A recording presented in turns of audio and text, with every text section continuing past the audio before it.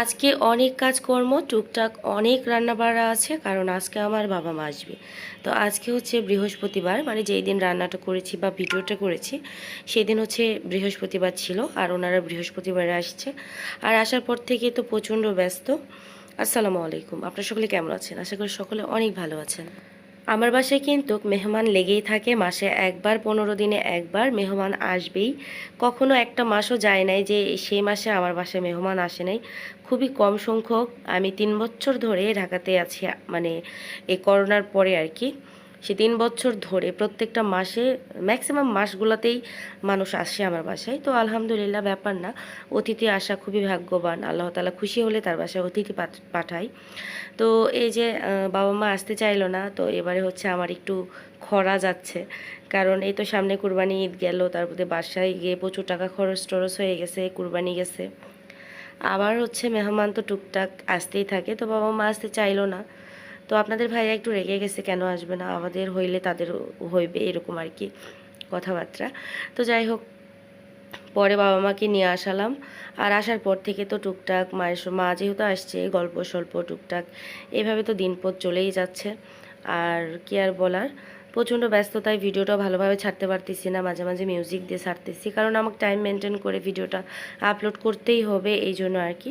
তো বাবা মার পছন্দের হচ্ছে গরুর মাংস রান্না করতেছি। আসলে গেস্ট আসলে মাংস একটা না রাখলে এটা ভালো দেখায় না। তো মাংসটা ভালোভাবে মাখিয়ে বসিয়ে দিয়েছি, নর্মালি যেভাবে মাংসটা মাখাই।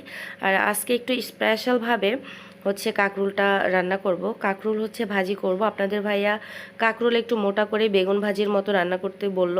আর হচ্ছে নর্মালি আমি কুচি করে ভাজি করি, ওটাও ওটাও অনেকবার আপনার চ্যানেলে দেওয়া আছে, দেখানো হয়ে গেছে। আর এটা হচ্ছে মোটা করে একটু ঝাল লবণ হলুদ বাটা মশলা দিয়ে ভালোভাবে মাখিয়ে, একটু তেলও দিয়েছি, ভালোভাবে মাখিয়ে রেখে দিয়েছি। এতে করে খুব ভালোভাবে একটা ম্যারিনেট হবে, মানে একটু রেস্টে রাখলে খুব ভালোভাবে সবজির ভিতরে ঝাল লবণটা ঢোকে। তো এটা তো ভালোভাবে রেখে দিয়েছি মানে মাখায়ে। আর এখন হচ্ছে রান্না করব ট্যাংরা মাছ দিয়ে বেগুন আলু চচ্চড়ি, কারণ মাংস সবজি ভাজি সব কিছুই একটু রাখতে হয় গেস্ট আসলে বাসায়। তো এই জন্য আর কি বেগুন আর আলুটা ভালোভাবে হচ্ছে ধুয়ে পরিষ্কার করে নিয়ে কাঁচামরিচ পেঁয়াজ ঝাল লবণ হলুদ বাটা মশলা রান্নার রেগুলার তেল দেওয়ার পর ভালোভাবে মাখিয়ে নিয়ে তারপরে হচ্ছে ট্যাংরা মাছগুলো দিয়ে দিলাম। তো দিয়ে দেওয়ার পর এটাও চাপা দিয়ে রেখে দিয়েছি। আর এদিকে মাংসটার বলক চলে আসছে, এদিকে মাখাচোকা করতে মাংসটা ভালোভাবে নাড়া টাড়া দিয়ে ওটা একপাশে রেখে দিয়েছি। তারপরে চচ্চড়িটাও সুন্দরভাবে বলক হয়ে আসছে, চচ্চড়িটা আমার মোটামুটি হয়ে গেছে। তো এটাও একটু নাড়াচাড়া দিয়ে আর একটু পর নামিয়ে নিব। এদিকে মাংসের যে পানিটা ছিল সেটা একদম শুকিয়ে গেছে। তো এখানে একদম ফুটন্ত টকবগে গরম পানি দিয়ে দিব, তার আগে আরও ভালো করে কষিয়ে নিচ্ছি।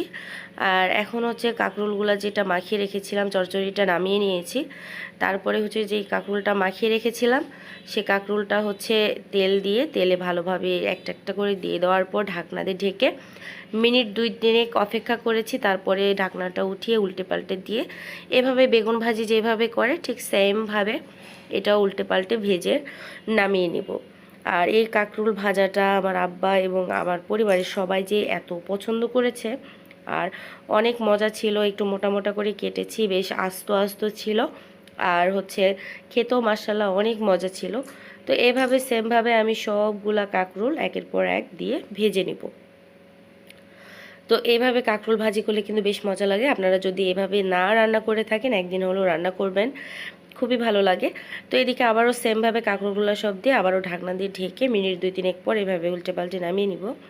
তো তার আগে মাংসটা হচ্ছে একদমই পানি হয়ে গেছে, শুকিয়ে গেছে। তো এখন হচ্ছে সেদ্ধর জন্য যে পানিটা দিয়েছিলাম সেটাও একদম শুকিয়ে নিয়েছি। তারপরে আবার দিয়ে দিলাম ঝোলের পানি, এটা একদম ঝোল করে নামিয়ে নিব।